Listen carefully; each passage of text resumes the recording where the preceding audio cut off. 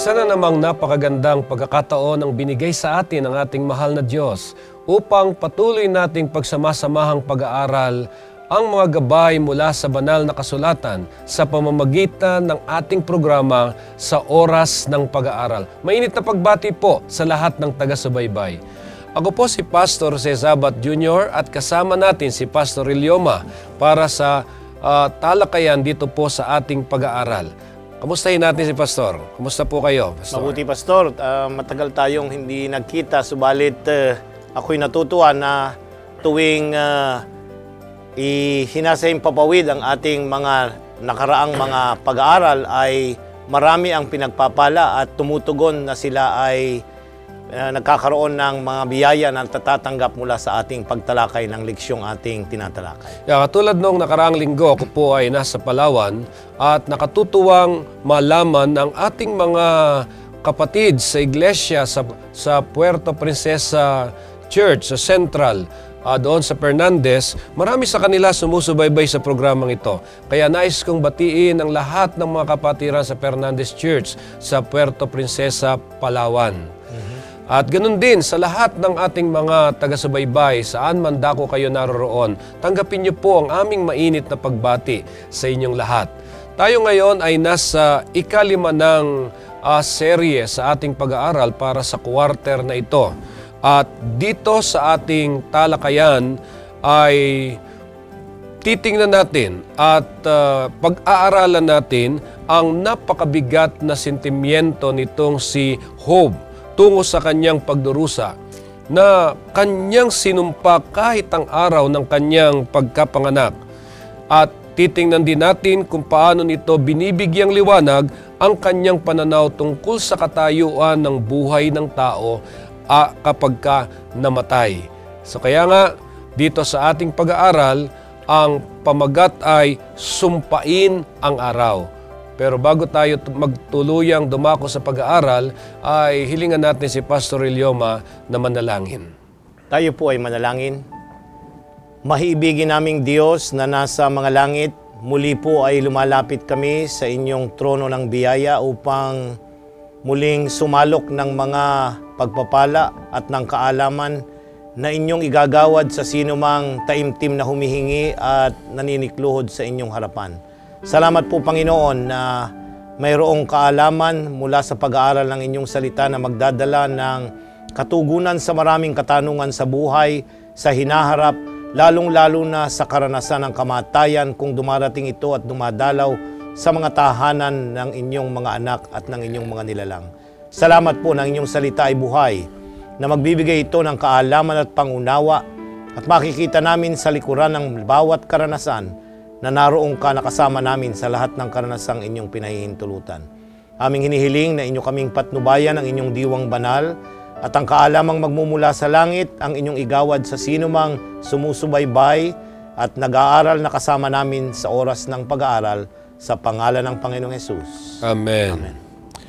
Dito po sa ating pag-aaral, ang ginamit na susing talata ay masusumpungan sa Apokalipsis Kapitulo 4, talatang 11. Ganito po ang siyang sinasabi, "Marapat ka, O Panginoon namin at Diyos namin, na tumanggap ng kaluwalhatian at ng kapurihan at ng kapangyarihan, sapagkat nilikha mo ang lahat ng mga bagay at dahil sa iyong kalooban ay nangagsilitaw at nangalikha." Ayan, Pastor, ang talatang susi sa ating pag-aaral ay hinalaw sa huling aklat ng banal na kasulatan.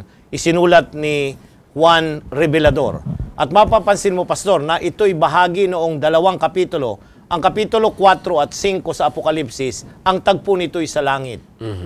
At doon ipinakikita sa ating pag-aaral ng Apokalipsis, Pastor, ito yung pattern kung paano sumasamba ang mga nilalang ng Diyos na sakdal doon sa kalangitan.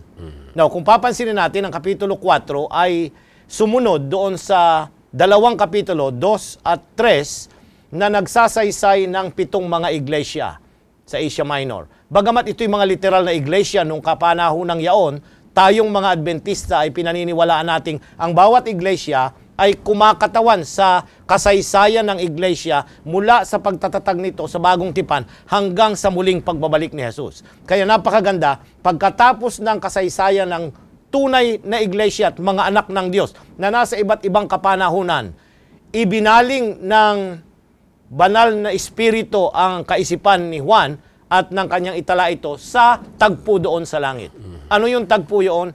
Nakita niya na ang ating Panginoon ay karapat-dapat na luwalhatiin, purihin, sambahin, sapagkat siya ang lumalang ng lahat ng bagay at siya ang nakakaalam ng pinakamabuti para sa atin. Ito yung background ng atin. Naroroon siya sa kalangitan, nakikita niya ang nangyayari dito sa ibaba. Dito sa kinalalagyan ng mga tao, Pastor. Baliktarin natin, hindi tayo nakakakita sa Kanya, kundi siya, nakikita niya kung ano yung nangyayari dito. Yung oras na tayo'y ipinanganak, pahintulutan niyang mangyari yung iba't ibang karanasan, hanggang sa ating kamatayan, from birth to death, nakikita niya. Walang nalilihim sa Kanya, Pastor. Ito yung tagpo na nais nating pansinin, sapagkat si Job, dito sa ating pag-aaral, ay magkakaroon na ng maraming katanungan, at kung minsan ay dumating yung tagpo na sinumpa niya yung oras na siya'y ipinanganak, Pastor. Yeah. Kaya kapag binasa natin ang kasaysayan ni Job, talagang tayo'y nakalalamang sa dalawang bagay. Katulad ng binabanggit doon sa ating susing talata, ang Diyos nalalaman niya ang pagtatapos ng kasaysayan ng sanlibutan at yung mga nasa likod nitong mga pangyayari na tayo rin nakalalamang dahil tayo nakakikita natin at alam natin ang pagtatapos at alam din natin yung nasa likod ng mga pangyayari. Ayan, gusto kong linawin natin, Pastor. Nung maganap ang kasaysayan ni Job, ay hindi niya, walang banal na kasulatan na aklat ng Job na nababasa niya. Tayo ngayon, meron ng aklat ng Job. Dito makikita natin mula sa Kapitulo 1 hanggang 2 na maganda yung kanyang katatayuan. Pagkatapos sinubok na siya ng Diyos mula Kapitulo 3 hanggang 42. Pero yung huling bahagi ng Kapitulo 42, ipinakita doon yung pagpapanumbalik na ibinalik yung mga nawala, yung mga kahirapan niya ay pinalitan ng Diyos ng kasiyahan. Nung panahon ni Job, wala yun, Pastor. So, kagaya ng iyong sinabi, higit tayo ngayon. Tayong may banal na kasulatan na itinala sa mamagitan ng pagkasi ng banal na espiritu, ipinahayag ito, kagaya nga sa 1 Corinto Kapitulo 11, ang sabi doon ay, isinulat ang mga ito para ikatututo natin at kapupulutan natin ng mga aral na sa kanilang mga kapanahunan, yung mga lalaki at babae na nauna sa atin, wala yung ganong kaloob sa kanila, Pastor. Kaya mas higit at bintahi tayo na ang mga itong ating pinag-aaralan ay una, ay nakita natin yung pasimula at saka yung kanilang wakas. At nakita rin natin mula sa ating pag-aaral ng aklat ng Job na merong malaking tunggali ang nagaganap. Ang paglalaban ng masama at ng mabuti. At bahagi tayo. Pero sila noon, nasa bandang una pa. Pero tayo, nasa bandang hulihan na. Malapit nang matapos, Pastor. Kaya nagagalak tayo dahil malapit nang matapos yung malaking tunggalian. We are about to end. Ang Diyos ay bibigyan niya ito ng kawakasan at yun ay napakagandang kaisipan sapagkat hindi na magtatagal ang malaking tunggalian magwawakas. Yeah. So ito yung kahigitan natin kaysa doon sa panahon ni Job na tayo na nakakaalam na kapag darating sa atin ang mga pagdurusa, mayroon tayong paraan kung paano tayo magtatagumpay. Ngayon, ano kaya ang mga bunga sa isang taong tapat na naglilingkod at gumagawa ng mabuti at pagkatapos karakarakang makakaranas ng trahedya o yung mga pagdurusa? Ayan, Pastor, napakaganda ng tanong na yon. At ito'y hindi lang patungkol sa ating mga mananampalataya, kundi patungkol din sa mga taong hindi nakakakilala sa Diyos. Kasi pare-pareho tayo, universal kasi yung karanasan ng paghihirap, pasakit, at ng sakit. Universal yan. Hindi dahil naniniwala ka sa Diyos, exempted ka. Wala pong ganyang aral ang banal na kasulatan. Ang aral ay, ang makasalanan at yung mga nananampalataya at nagtatapat, parehong nakakaranas ng mga bagay na ito. Ang tanong ay, anong resulta nito sa atin? Yan. Tanungin natin, dahil ikaw, ako, siguro, ang ating mga taga-subaybay, nakaranas na tayo. Mawalan, magkaroon ng kapamilyang namatayan o kaya na aksidente o kaya ay nagkaroon ng trahedyang nangyari sa kanilang mga tahanan. May tatlong bagay sa ating leksyon, Pastor, na resulta nito. Unang-una, yung confusion. Ano yung confusion? Tayo'y nalilito. Nagkakaroon tayo ng katanungan. Talaga bang karamay ko ang Diyos? Ito ba'y pinakamabuti para sa akin na sinasabi? Ano kaya ang leksyon na itinuturo nito para sa akin? Ikalawa, ang iba, nagagalit, Pastor. Nagkakaroon ng galit, kung minsan sa sarili, dahil siguro ini-examine nila na hindi sila sa ibang mga panahon, hindi sila nagtapat sa Panginoon. Sinisisi nila ang kanilang sarili o kaya sinisisi ang Diyos kung bakit niya pinahintulutan ito. At yung iba, nagdadalamhati. Yan. So dumarating ito sa lahat. Sa lahat ng tao. Sa lahat. Lalong-lalo na sa mananampalataya. Hindi tayo exempted na ma-confuse, na magalit at tayo magdalamhati. Kabahagi ito ng karanasang pinahihintulutan ng Diyos na mangyari sa ating mga buhay. Kaya ito yung mga nagiging katanungan ng iba na parang hindi patas. Bakit kung sino yung gumagawa ng mabuti, kung sino yung naglilingkod sa Diyos, yung pa ang siyang dinadatna na mabibigat na pagsubok, samantalang napakarami namang mga tao dyan na gumagawa ng kasamaan, siya pa yung nakikita nating parang sumasagana. At parang hindi humaharap sa mga pagsubok na katulad ng mga naglilingkod sa Panginoon. So kaya isa siguro ito na tingnan natin kung ano ba yung pagkakaiba ng trahedya na tatama sa di naniniwala sa Diyos at sa naniniwala sa Diyos. Okay, so dito sa iyong katanungan, Pastor, ay grinugrupo ang tao sa dalawa. Yung hindi naniniwala at yung naniniwala o nananampalataya o merong relasyon sa Panginoon. Ayan. So, ito hindi lamang patungkol sa mga Kristiyano, kundi sa dalawang grupo ng mga tao. Ayan. Ano mang klaseng tao tayo, ano man ang kulay, ano man ang nasyonalidad, ano man ang ating pinag-aralan, nandun tayo sa dalawang kategoring yon. Yung naniniwalang merong personal na Diyos na manlalalang at merong yung hindi naniniwala. Yun ang mga tao ngayon sa lupa. Now, ano ang pagkakaiba? Ang tanong mo, Pastor, ay ano ang pagkakaiba? Sa isang taong hindi mananampalataya, hindi nire-recognize na ang Diyos ang kanyang manlalalang, ay may tatlong bagay. Pag dumating ang kahirapan, pighati, suffering, pain sa kanyang karanasan, Pastor, ay ang nangyayari ay nawawalan ng direksyon, nawawalan ng purpose, at nawawalan ng kahulugan yung buhay na naapektuhan ito. Yan. So, magwawakas na lang yung kanyang buhay na walang purpose. Bakit? Ganun na laang.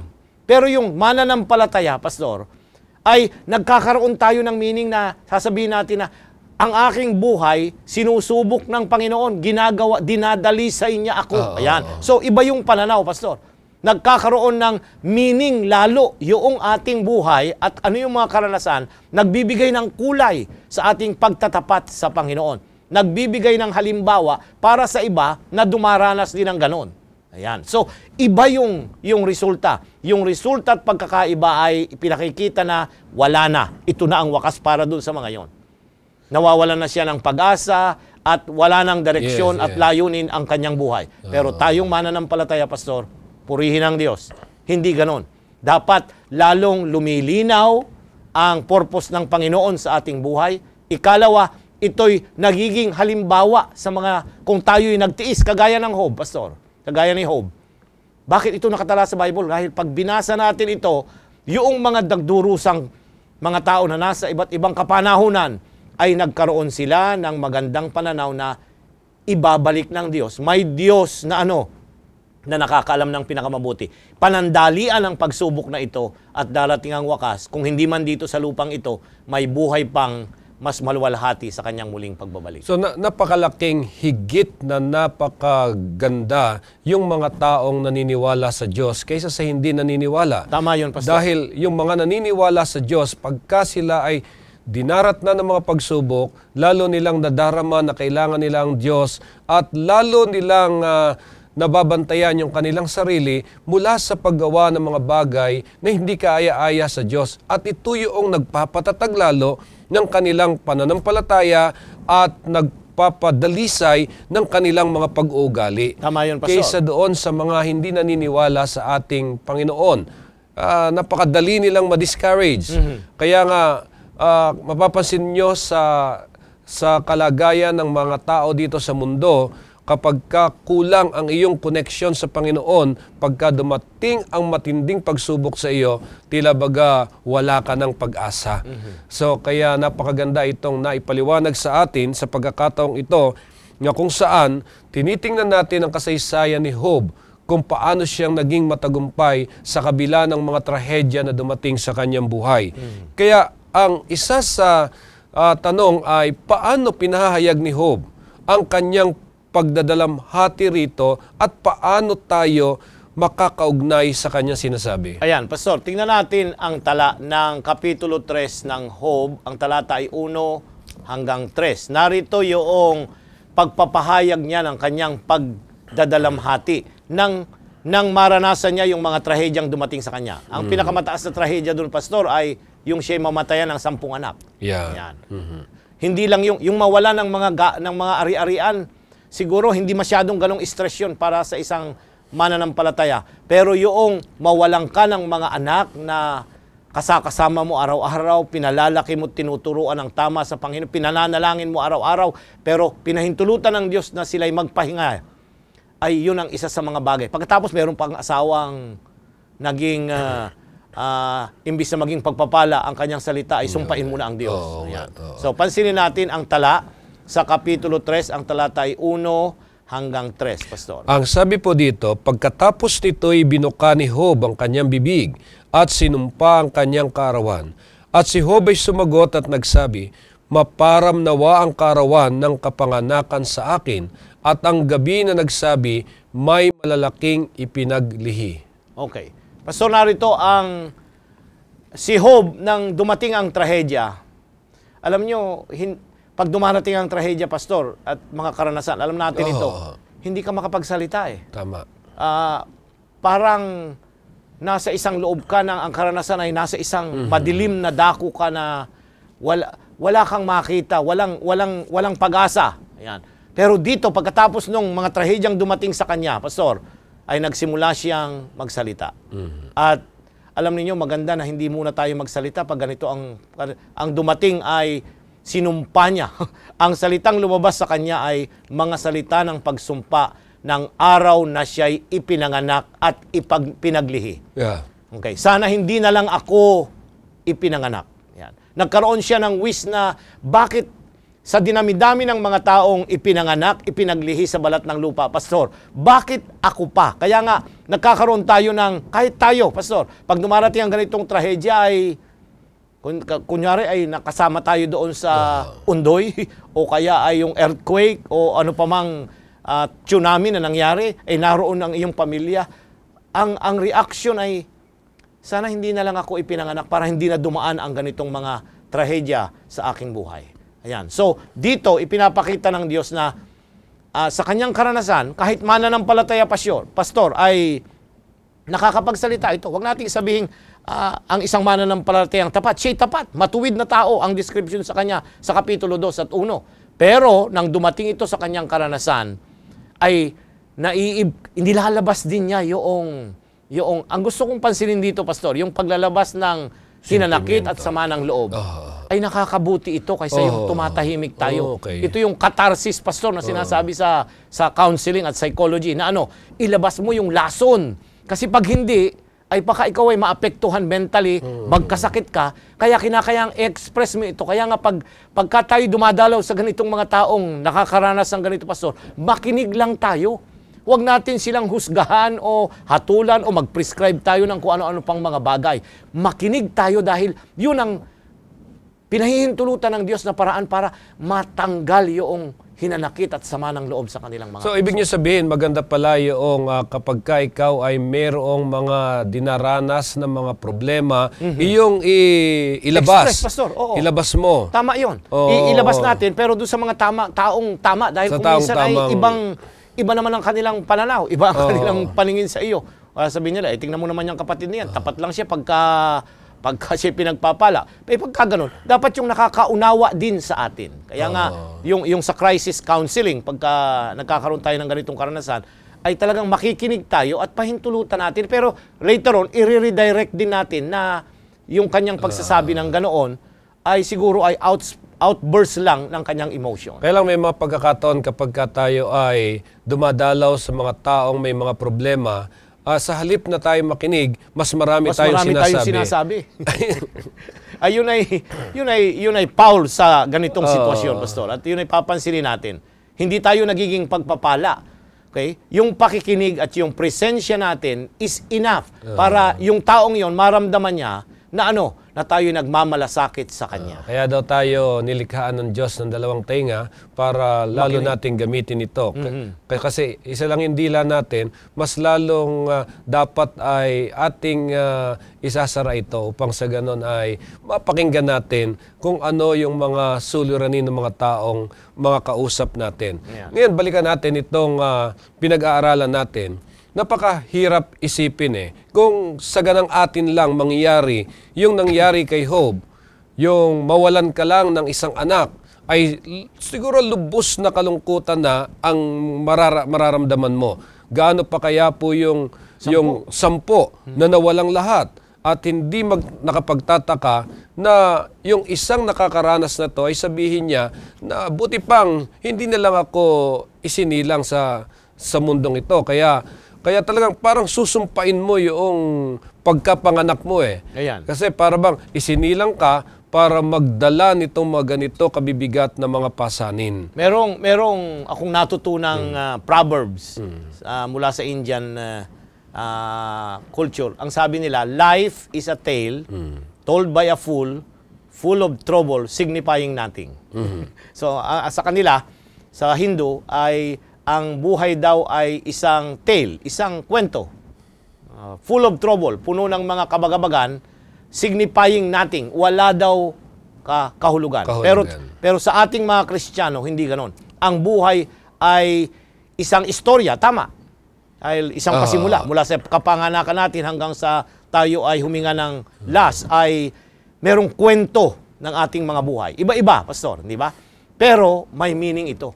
May mga trouble, tama, pero mayroong meaning ito na dapat nating maranasan. Kaya, kagaya ni Job, kung babaybayin niyang muli yung kanyang buhay, Pastor, nung matapos na yung kanyang pagsubok, ako'y naniniwala na naunawaan niya na hindi dapat niya isinumpa yung araw na siya ipinanganak. Kasi, siya ay mapalad pa rin na siya yung pinagkalooban ng ganong karanasan, nanandigan siya at nabuhay ng tama at nagtatapat sa Panginoon. Hindi natin kasi makita yung ngayon Tsaka yung ngayon bagay, yung ngayon lang. Kaya kuminsan tayo pong mga tagapakinig at taga-subaybay na kung dumaranas tayo sa mga paghati at mga kabagabagan at mga paghihirap sa ating buhay, wag lamang natin tingnan yung now. Kundi tingnan natin yung ano ang magiging epekto nito hanggang sa darating na panahon sa mga susunod pang mga tao na nakakita ng aking pagdurusa, subalit ako'y nagtapat pa rin sa Panginoon. Yeah. Kaya nga ito yung advantage natin kasi nabasa na natin yung kasaysayan ng mga taong katulad nila Job, na kapag haharap ka sa mga pagsubok, mga pagdurusang katulad nito, ay masasabi mo na ito ay maaring tukso lang sa iyo ni Satanas, kailangan mong lalong magtumibay. Pero si Job, wala talaga totally alam kung ano itong wala siyang background kung paano humarap sa mga ganito na dumating sa kanya. Kaya nga, yun nga hong isipan ng kamatayan ay naging tila tuloy magaan para sa kanya sa karanasan na nararanasan niyang kirot at pagdurusa. Ayan. Kaya ang kanyang minithi ay hindi na lang sama siya ipinanganak. Hindi naman na pwede yun. Kaya pumunta siya doon sa second option. Mamatay na lang sana ako. Magwakas na sana ito. Hindi sinasabi ni Job na magpapakamatay ako. Hindi yun ang concept. Kundi ipinapaubaya pa rin niya sa Diyos na kung maaari, wakasan na ng Diyos yung kanyang paghihirap sa pamamagitan ng kamatayan. Hindi ba, Pastor, pagka dumadalaw tayo sa yung may mga terminal na sakit, ay sinasabi kahit ng mga kaanib ng kanilang sambahayan ay sana'y kunin na ng Panginoon. Dahil ang hirap na pinagmamasdan natin ng isang tao na naghihirap na unti-unting nauupos na parang kandila na wala tayong magawa. Yun very painful yun, Pastor. Totoo yan. Basahin natin, Pastor, ang tala ng Job, yung kanyang mga pangungusap sa Kapitulo 3, ang talata ay 11 hanggang 26. Bakit hindi pa ako namatay mula sa bahay bata? Bakit di pa napatid ang aking hininga nang ipanganak ako ng aking ina? Bakit tinanggap ako ng mga tuhod o bakit ng mga suso na aking sususuhin? Sapagkat ngayon ay nahihiga sana ako at natatahimik. Ako sana'y nakakatulog na, napapahinga ako, nakasama ng mga hari at ng mga kasangguni sa lupa, na nagsisigawa ng mga dakong ilang sa ganang kanila, o ng mga pangulo na nagkakaroon ng ginto, na pumuno sa kanilang bahay ng pilak, o gaya sana ng nalagas na nakatago na hindi nabuhay, gaya sana ng sanggol na kailanman ay hindi nakakita ng liwanag. Dooy naglilikat ang masama sa pagbagabag at dooy nagpapahinga ang pagod. Dooy ang mga bihag ay nagpapahingang magkakasama, hindi nila naririnig ang tinig na nagpapaatag. Ang mababa at ang mataas ay nangaroon at ang alipin ay layas sa kaniyang Panginoon. Bakit binibigyan ng liwanag ang nasa karalitaan at ng buhay ang kaluluwang nasa kahirapan, na naghihintay ng kamatayan ngunit hindi dumarating at hinahangad ng isa kaysa mga kayamanang nakatago, na nagagalak ng di kawasa, na nangasasayahan pagka nasumpungan ng libingan?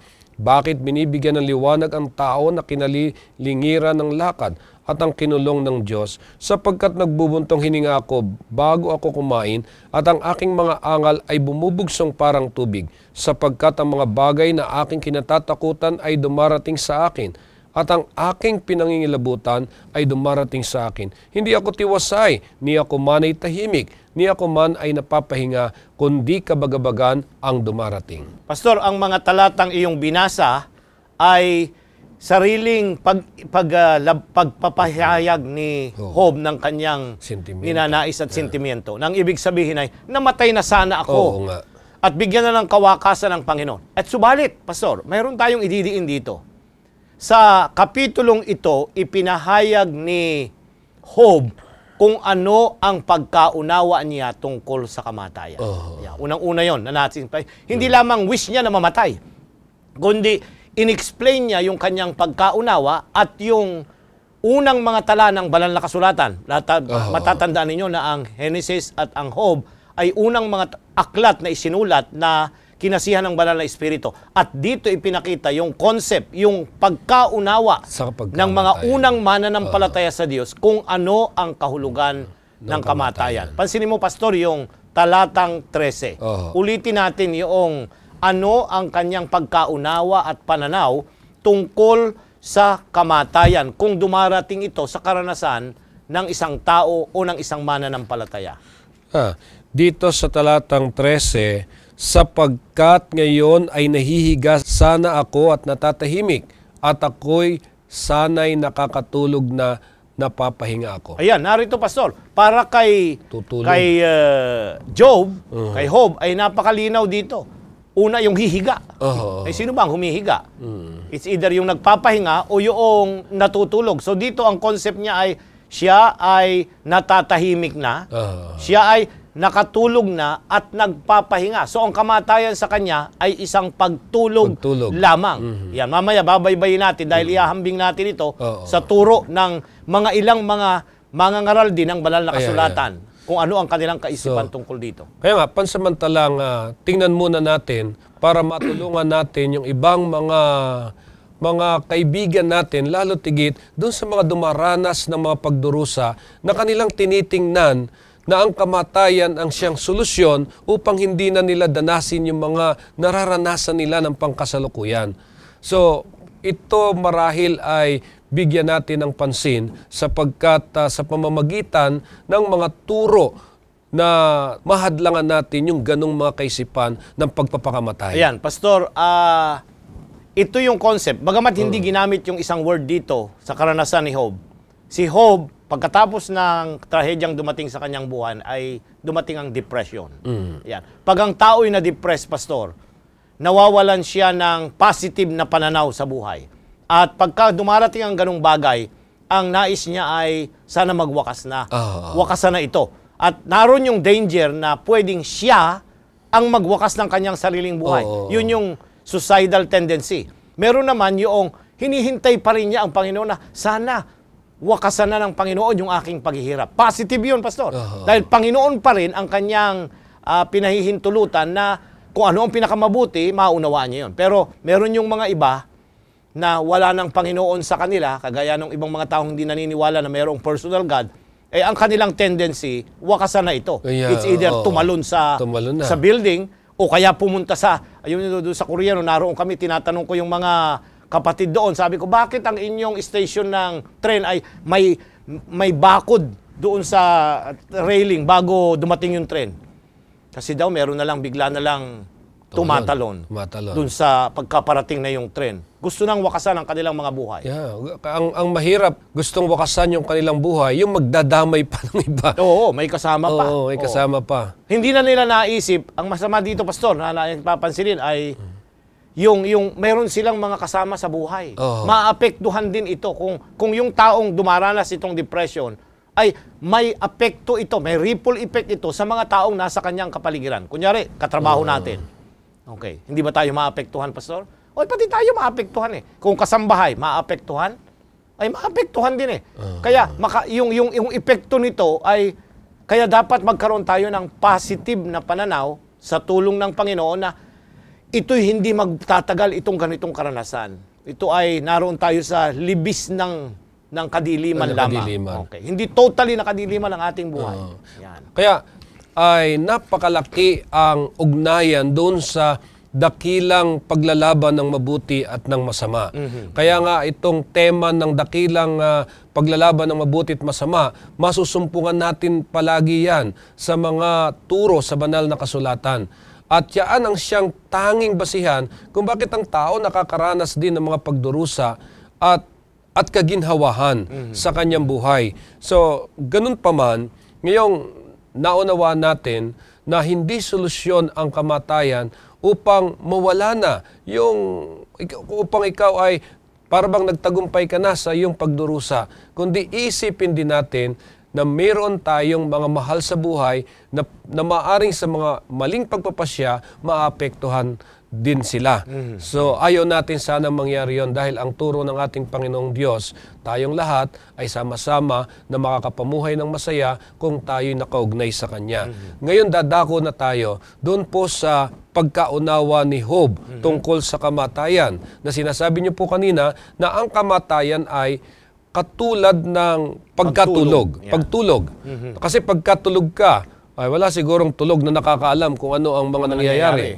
Oo. Kaya isang bagay na dito ay tinuturo sa atin na kapag ang tao'y namatay, ang unang katayuan niya, siya'y nasa isang malalim na pagkakatulog. Ayan. Ngayon ay, bakit natin ito tatalakayin, Pastor? Kasi mahalaga na nais kong idiin sa ating mga taga-subaybay na nag-aaral ng banal na kasulatan na sa unang 2 aklat na isinulat sa banal na kasulatan at napasama sa aklat na tinatawag nating ang Biblia, ang pagkaunawa nila, si Moses na sumulat ng Genesis at Job, mga kapatid, ang kanyang pagkaunawa ay malinaw tungkol sa kamatayan at ang kondisyon ng tao pag siya ay nasa kamatayan. Hindi ito contradictory sa ibang mga manunulat ng banal na kasulatan. Kaya iahambing natin, Pastor, ang sulat ni Solomon dito sa Ecclesiastes 9, ang talata ay 5 at 6. Sapagkat nalalaman ng mga buhay na sila'y mga mamatay, ngunit hindi nalalaman ng patay ang anumang bagay, ni mayroon pa man silang kagantihan, sapagkat ang alaala sa kanila'y nakalimutan. 6. Maging ang kanilang pag-ibig, gaya ng kanilang pagtatanim at ng kanilang pananaghili ay nawala ngayon, nawala man silang anumang bahagi pa ng magpakailanman sa anumang bagay na nagawa sa ilalim ng araw. Narito, Pastor, ang pinakamatalinong tao sa banal na kasulatan, si Solomon, ang Haring Solomon, na sumulat ng aklat ng Ecclesiastes, ay tumutugpa yung kanyang pagkaunawa doon din sa pagkaunawa ni Job, na kanyang idiniin ang isang bagay na, anong sabi doon? Nalalaman ng mga buhay na sila'y mga mamatay. Kaya nga si Job ay sana mamatay na ako. Kasi talagang pupunta naman talaga tayo eh. Lahat tayong mga tao na nagkasala, na apektuhan ng kasalanan, ay yun ang destinasyon. It's either now or later. Maaring ngayon samantalang tayo talubata o bata o sa ating pagtanda. Naintindihan yun ni Job. At ganun din, naintindihan din ni Solomon ito. At ang sabi, pero may dinagdag, hindi nalalaman ng patay ang anumang bagay. So wala nang alam yung mga namatay. Sa kondisyon, mga kapatid, ang consciousness ng tao, ayan, ay wala na. Now, Wala na. gusto kong idiin, Pastor, kasi may mga nagtuturo ng banal na kasulatan, na kaisipan daw ng banal na kasulatan na ang tao ay immortal from the very beginning nang siya ilalangin. Maaring sabihin natin, oo, totoo ito. Meron siyang immortality, si Adan at Eva ay merong immortality nang siya ilalangin, pero ito ay conditional. Ayan. Ano yung kondisyon? Sa oras na siya'y mawala ng tiwala at hindi sumunod sa kalooban ng Diyos, yung immortality niya nawala. Bakit? Relative lang yung kanyang immortality, Pastor.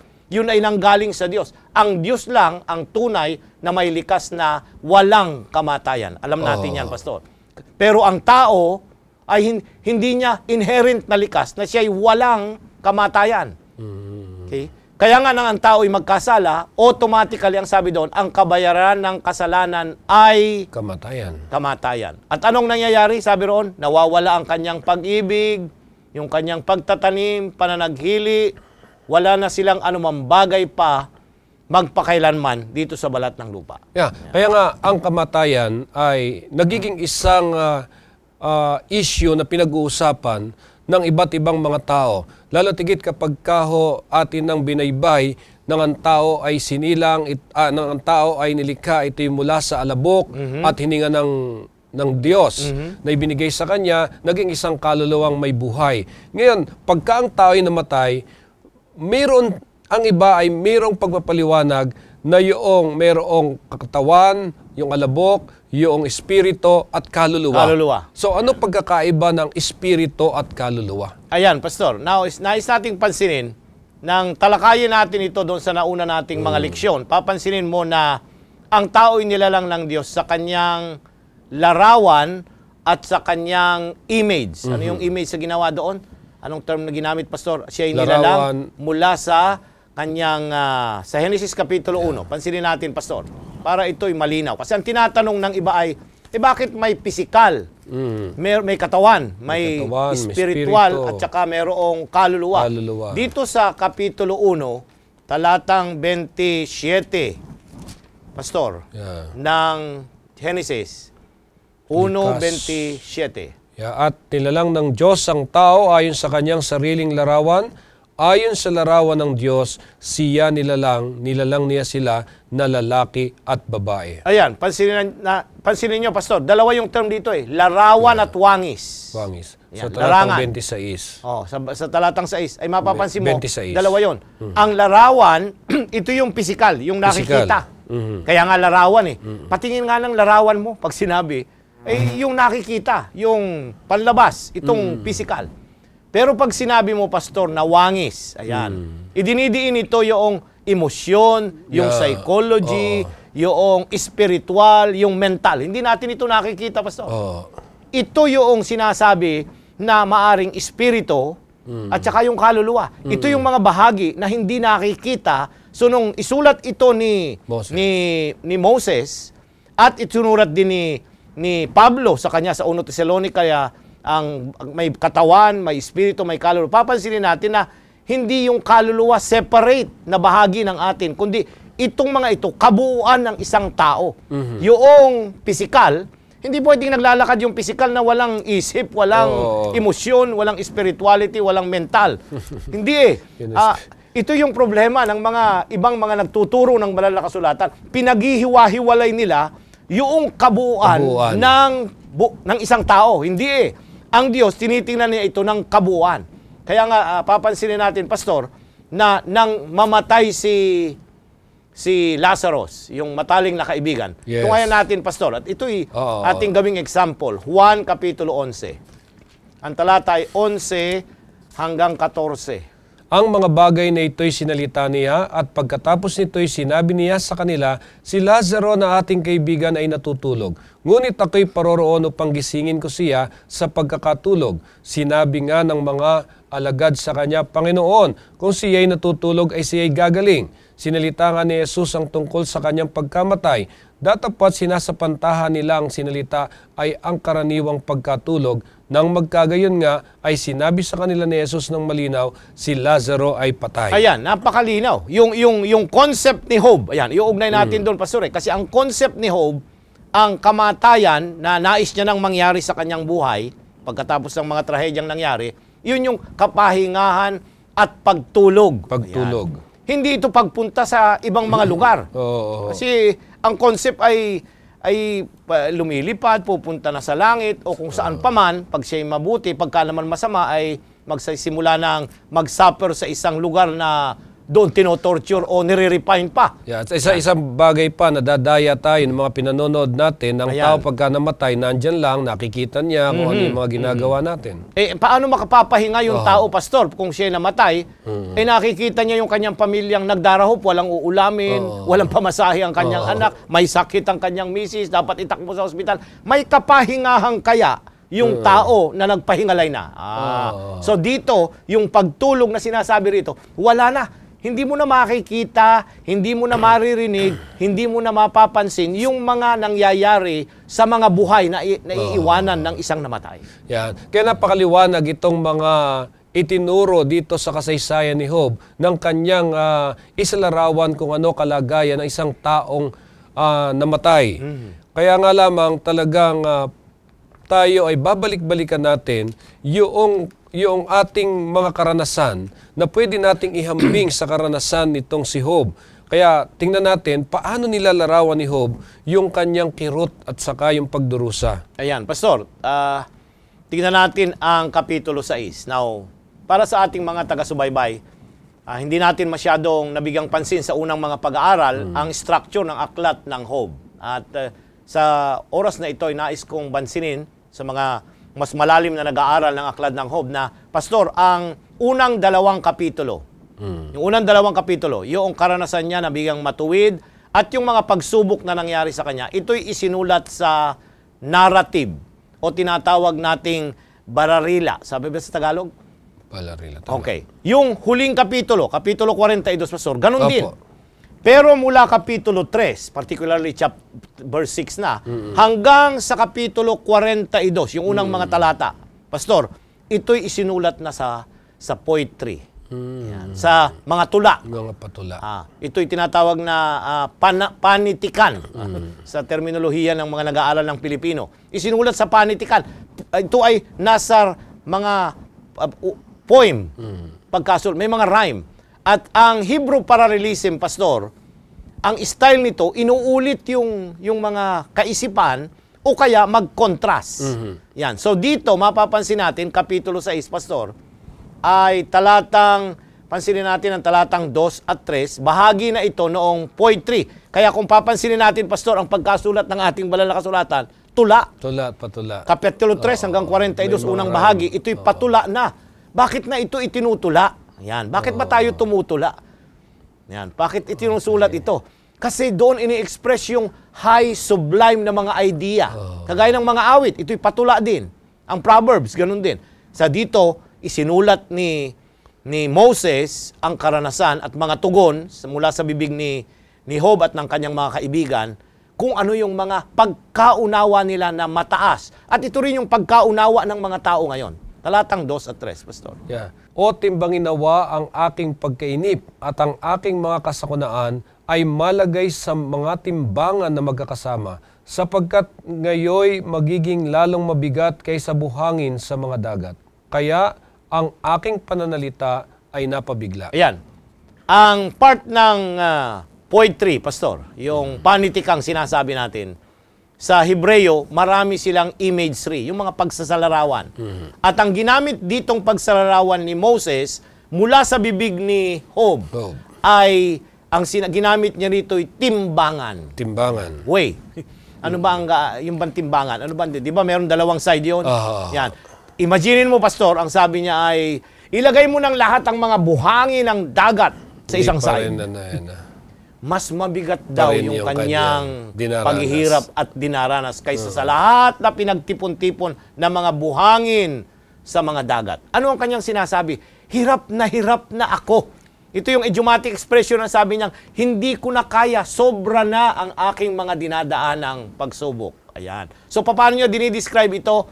Sa timbangan, okay, ay ang weight ay sobra sa aking paghihirap. Mga kaibigan at mga taga-subaybay, dumarating ba tayo sa ganitong punto na parang napakabigat ng buhay? Pero wag ninyong gusto kong idiin ang isang bagay. Sa ganitong panahon, gusto ko yung footprints in the sand, Pastor. Yung idea doon. Sa panahong ganito na mabigat ang pasanin, tandaan nating pinapasan din tayo ng Panginoong Diyos. Yeah. Hindi nag-iisa si Job nang dumaan ng ganitong karanasan. Karamay niya ang Diyos. Ito yung mabuting balita, Pastor, pag tayo'y dumarating sa ganitong karanasan.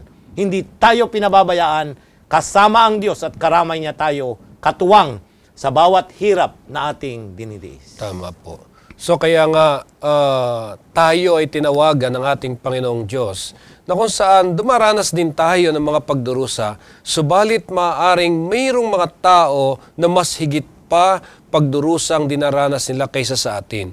Na tayo'y tinawagan na sana'y abutin natin sila sa pamamagitan na sila'y mapakinggan at sila'y maipanalangin din sa ating mahal na Panginoon. Napakaraming mga bagay dito sa ating pag-aaral na talagang dapat nating saliksikin at pagbulay-bulayan. Kaya lang po ay tingnan natin ang isa sa napakahalagang dapat natin maunawaan kung paanong ang ating pagkakaunawa sa pagkakasala, kamatayan at pangako ng pagkabuhay na maguli ay nakakatulong sa isang kasagutan tungkol sa kung gaano ba kabilis ang buhay. Napakaganda ng katanungan, Pastor, na iyong ibinigay para sa atin. Ano ang epekto ng ating pagkaunawa sa tungkol sa aral ng pagbaksak sa kasalanan, kamatayan, at ang muling pagkabuhay? Para sa atin, Pastor, ang pagkaunawa nito, maintindihan natin yung pasimula, yung mararanasan natin at present, at ano yung ating hinihintay na mangyayari. So, itong fall, death, and resurrection, nagpapakita ito na saan ba nagsimula? Ano ang cause? At ano ang mararanasan natin ngayon, epekto ngayon, at ano ang pag-asa na meron tayo sa hinaharap. So, ang pagkaunawa nito para sa atin, bagamat ang buhay ay maikli, Pastor, bagamat ang buhay ay maikli, ay masasabi nating ang buhay natin ay mayroong purpose, may layunin ng Diyos at may panukala siya para sa atin sa panahong dumarating ang mga trahedya at mga pagsubok sa ating buhay. So, yung pagkaunawa natin na nagsimula ang pagbagsak at kahirapan ng tao ng magkasala, nagkaepekto ito ng kamatayan, pero dahil sa ating Panginoong Hesus na nabuhay doon sa muling pagkabuhay noong siya ay mabayubay sa krus, ito'y nagdadala ng pag-asa na ito'y madaranasan din natin. Na bagamat makasalanan tayo, namamatay tayo physically, ay meron tayong pag-asa ng muling pagkabuhay sapagkat hindi yon ang wakas. Hindi kamatayan ang wakas, kundi sa isang mananampalataya, meron pang karugtong nito pagkatapos ng libingan. At ito yung nagbibigay pag-asa sa bawat isa sa atin. Na kung saan ay tayong lahat, meron tayong kaisipan at paniniwala na ang lahat ng tao ay daranas ng kamatayan. At yan ay sinasabi ng banal na kasulatan, maliban na lamang sa pagparito ng Panginoon kung tayo nananatiling mga buhay pa. Pero ang tanging pag-asa natin, ang pagkabuhay na maguli, na kahit na ang tao ay mamatay, kung siya'y sumusunod sa ating Panginoon, nananampalataya sa Kanya, sa pagbabalik ni Jesus, pwedeng natin muli siyang makita at kung tayo rin ay nanampalataya sa Diyos. Parang sinasabi nito yung isang pag-asa na muli tayong lahat magkikita-kita doon sa langit na bayan. Tama yun, Pastor. So kaya nga, napakahalagang itong mga turong ito ay lubha nating nauunawaang maliwanag upang sa ganoon, dumanas man tayo ng mga pagsubok sa buhay na ito o namang pagdurusa at kabiguan, pero meron tayong pag-asa dahil alam natin ang Diyos ay may magandang panukala para sa lahat ng mga sumusunod sa Kanya. So, ngayon, Pastor, ay gusto nating makita na paano ang Diyos nakikitungo sa tao. So, kasi alam natin lahat, ang buhay natin napakabilis. Parang sabi nga sa ibang mga sulat sa Biblia, para lang yang katulad yan ng alapaap. Hamog. Yan. Yan ay maaring mawala at walang katiyakan kung kailan. Pero paano ang Diyos nakikitungo sa atin? Ayan, Pastor, kagaya ng sinabi natin, ang Diyos nakikita tayo. Pero tayo, hindi natin siya nakikita. Dito sa Juan Kapitulo 3. Sapagkat gayon na lamang ang pagsinta ng Diyos sa sanglibutan, na ibinigay niya ang kanyang bugtong na anak upang ang sino mang sa kanya'y sumampalataya ay huwag mapahamak, kundi magkaroon ng buhay na walang hanggan. Narito ang isang napakabuting talata at katotohanang pinahayag ni Apostol Juan, Pastor. Ganon na lamang ang pag-ibig. Yung ibang version ay pagsinta ng Diyos sa sanlibutan. Yung sanlibutan dito hindi yung earth, kundi yung mga taong na nabuhay noon, ngayon at mabubuhay pa, ay minahal niya sila. Ano ang kanyang ginawa nang ito'y magkasala? Ibinigay niya ang kanyang bugtong na anak. Kaisa-isang anak, Pastor, upang sino man sa kanya ay sumampalataya. Paano niya ito ibinigay? Pinahintulutan niya mula doon sa mataas na kalalagayan na nasaan yung Diyos, ay nag-anyong alipin, nag-anyong tao sa ating kalagitnaan. Pinahintulutan niyang maghirap ang kanyang anak. Hindi lamang yung kamatayan. Alam niyo, pag pinag-uusapan ay yung paghihirap ni Kristo at ng ating Panginoon, yun ang pagpako doon sa krus.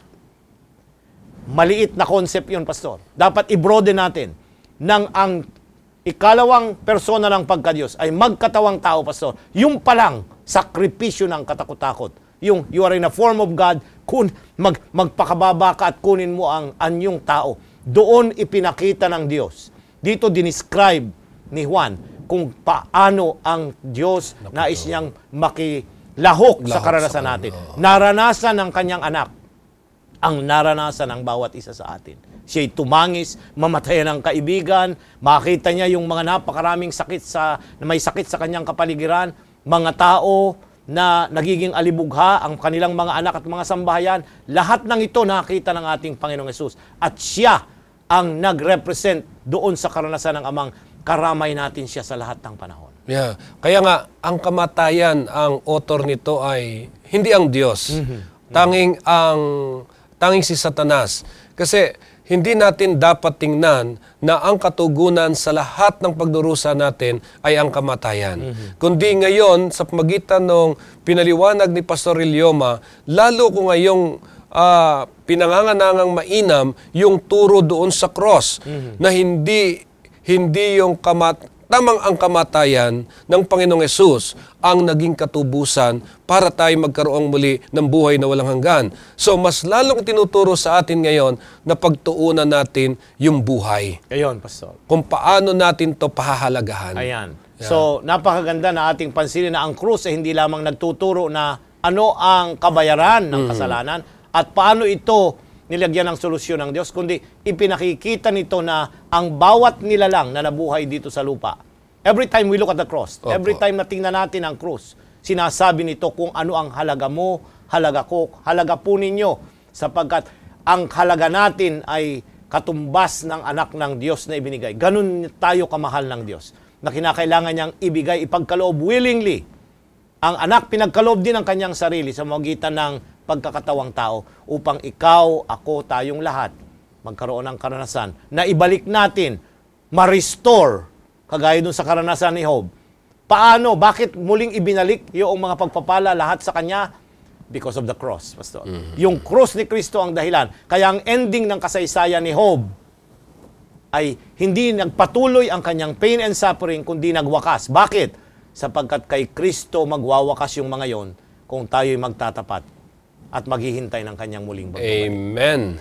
Kaya nga mga ginigilo naming mga taga-subaybay, ang pagdurusa at kamatayan ay magkakambal sa aklat ni Job. At ang pag-iisip na mamatay, yung bang sumpain mo na sana di ka na isinilang, ito ang tumakbo sa isip ni Job.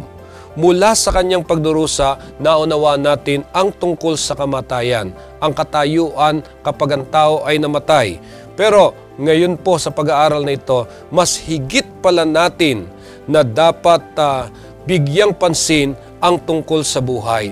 Dahil tayong lahat, Sa pamamagitan ng pagkamatay ni Kristo sa cross, nagkaroon ng buhay na walang hanggan. Amen. Na kung saan itong mga turong ito ay pinakikita sa atin kung paano nagtagumpay ang Diyos sa pamamagitan ni Jesus sa kamatayan at kasalanan. At sa kaalamang mula sa Biblia tungkol sa isyu ng buhay at kamatayan, ginagawa tayong handa na damahin ang pagdurusa ng mga taong nakapalibot sa atin, na sa pamamagitan ng ating kahabagan sa kanila, madama nila ang pag-ibig ng Diyos at ang halaga na mabuhay na nagtitiwala sa Kanya. So kaya nga, sa ating lesson na ito ay lubos na nagpapasalamat tayo sa kasaysayan ni Job na mayroon na tayong lakas ng loob na harapin ang mga pagdurusa kung ito may darating sa buhay natin sapagkat kasama natin ang ating mahal na Panginoon. Amen. So tayo po ay muli na naman na magtatapos sapagkat kinulang ang ating oras para sa ating pag-aaral. Kaya nais kong anyayahan ng bawat isa na tapusin ang ating talakayan sa pamamagitan ng panalangin. Dakila po naming Diyos, aming Ama na nasa langit, lubos ang aming pasasalamat na kung saan ay natala ang kasaysayan ni Job, na dito ay aming napag-aralan na kung darating sa amin ang mga pagdarusang katulad nito, yung mga hinaharap naming mga suliranin, alam namin kung ano ang dapat naming gawin, yung amin lamang iugnay ang aming sarili sa inyo sa pamamagitan ng aming mga panalangin at sa pamamagitan ng aming mga pagnanais na kayo'y mamuhay sa amin. Kaya nga sa pagkakataong ito, Panginoon, nais naming hilingin na sana po ang banal na Espiritu, ang aming Panginoong Hesus, kasama namin na siyang naglalakbay sa sanlibutan ito upang kami maging matagumpay. Pagpalain ang lahat ng aming mga panukala, ang mga taong nagdurusa, nawa sana'y madama nila na mahal sila ng Diyos. Amen. At sila po ay lalong umugnay sa inyo at hanapin kung papaano magiging tapat sa aming Panginoon at pahalagahan ng buhay na tinataglay namin. At sana'y pagpalain nyo rin ang lahat ng mga taga-subaybay ng programang ito na mga salitang napag-aralan namin, may apply namin sa aming mga buhay, tanggapin nyo ang aming pagtatalaga. Ito po ang aming hiling sa pangalan ni Jesus. Amen.